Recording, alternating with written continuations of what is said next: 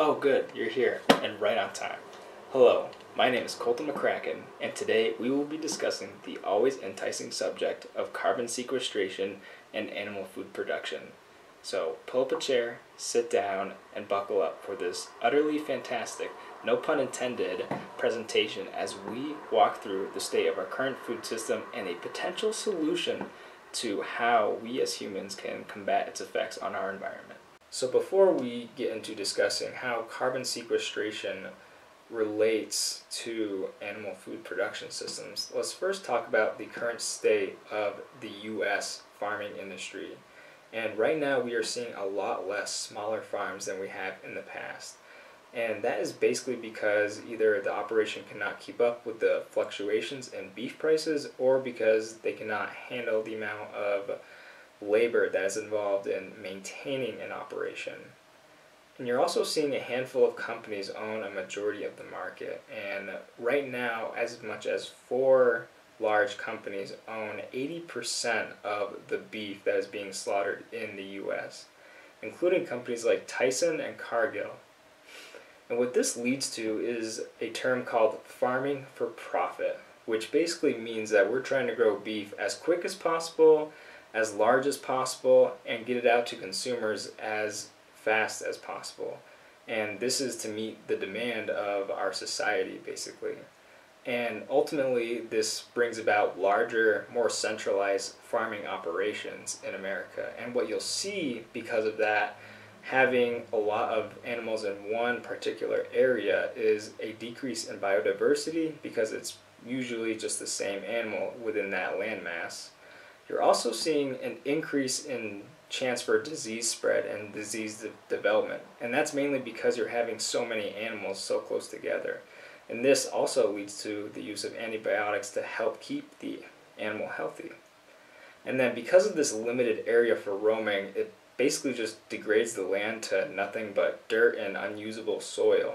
And when you add all of these together, the animal health just basically starts to lessen, and that's where you get into problems, because some studies have shown that a cow-calf pair need as much as 1.5 to 2 acres. And as you can see in a few slides, that is not the case in some areas of our country. So I just want to give you one figure to keep in mind. So in 1970, the U.S. had as much as 648,000 dairy cow operations. And last recorded in the year 2006, there are only 75,000, which is an 88% difference. And the average herd size on a farm also increased from 19 to around 120 cows. So right now I've provided for you some images of what some farming operations in the United States look like. Now, granted, not all operations are going to look like this, but as you can see, there are a lot of cattle in one particular area and not a lot of land for them to roam. And as you can see from the soil, it is very much degraded, and the biodiversity here is very, very minimal. Now, after seeing those images, you can see how some farms in the United States can actually contribute more greenhouse gas emissions than others. And some researchers have shown that as much as 14% of the total greenhouse gas emissions from humans actually come from the livestock sector alone. And so now we get into this topic of carbon sequestration. Now I'm sure some of you are wondering, what could carbon possibly mean? I'm only kidding. But sequestration is a process that involves moving a substance out of one reaction and into another. So, for instance, with carbon sequestration, we are taking the carbon that is being emitted from these farms in the atmosphere and putting it somewhere else, whether it be in another reaction such as the carbon cycle of vegetation, or storing it deep beneath the Earth's surface. So this is where we have 2 ways for possible carbon sequestration. One is in the form of capture and storage, and this mainly involves large machinery at the site of carbon emissions. So for factories, plants, and manufacturers, these machines and pipes are capturing the carbon that's being emitted and storing it deep beneath the Earth's surface, and hopefully it's permanent. Now, the other way is also called enhancing the natural process. And what that basically means is that you are increasing the amount of organic players that are involved in your environment. So increasing trees and shrubs to improve your vegetation and forestry and create a healthy carbon cycle from this carbon that's being released. Now, in one particular case study, we are focusing on an operation in Australia called Jigsaw Farms. And what they sought out to do in the mid to late 1900s is create a better production system and develop an agroforestry operation.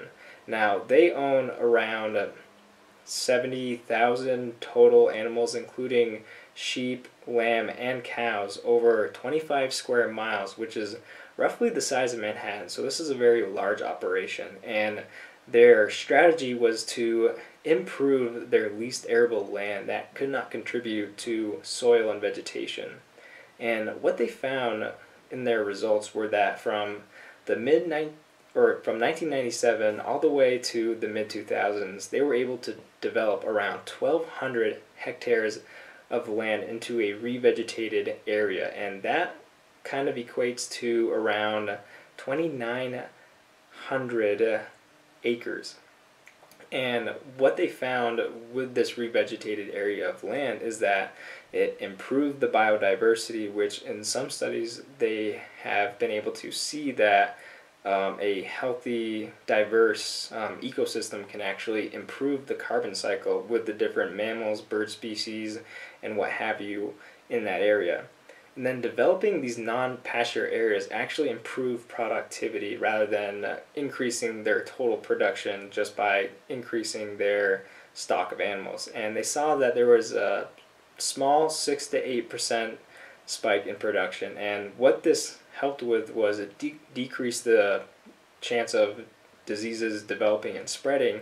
And the trees actually provided shelter for the calf and lamb survival rate to improve.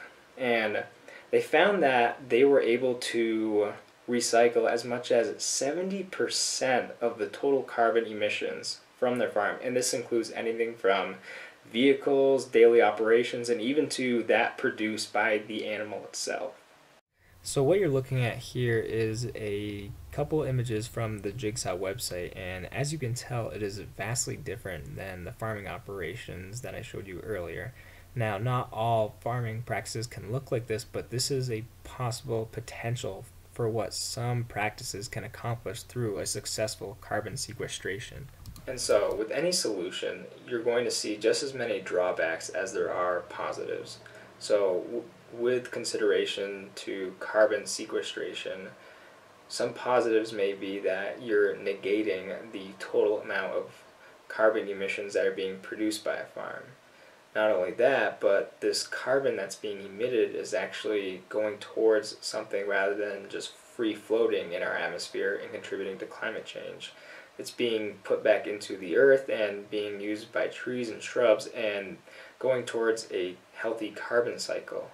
And if this carbon cycle is effective, it can actually improve the land and soil infrastructure of the area of farm that you're using. But just like there are positives, there are also some drawbacks to this strategy. And a lot of studies show that most livestock farms contribute way more to the greenhouse gas effect than to the actual carbon sequestration. So when I talked about that, the Jigsaw farms were able to negate as much as 70% of the carbon that they were using and put that toward a carbon cycle. Most farms usually only run between 20 and 40%. And that is when the process of carbon sequestration is done correctly. And then this is also going to require a lot more land that a farm needs in order to operate. So Jigsaw farms used almost 1/5 of the land that they own just for agroforestry. So not only are you going to need more land for cattle to roam, but you're also going to have a separate area for a healthy revegetation area so that it is not being trampled by the amount of cows that you have. And then mainly this is going to take a lot of time and education. This is a very new concept of solving the food system crisis and also the climate change crisis. So not a lot of farmers and companies are aware of this strategy, and it is going to take a lot of educating the public, educating the farmers, and it is going to take time for developing a healthy carbon sequestration process in order to solve and take away as much as 50, 60, possibly 70% of total emissions being created. I'm sure by now some of you are wondering, well, how does this exactly affect the dietetics profession? And ultimately it boils down to, by 2050, we are going to need to feed around 9 billion people, and that is going to require efforts from all areas within the dietetic community. And this is because we need to shift our focus towards effective food systems and sustainability, because if we cannot redirect our course, then we are going to run out of resources and destroy the environment that we have. And as dietitians, we need to support and advocate for sustainable farming and participate in food legislation and food policies, because although this may not be the most interesting part of the dietetic profession, it is one of the most important to consider.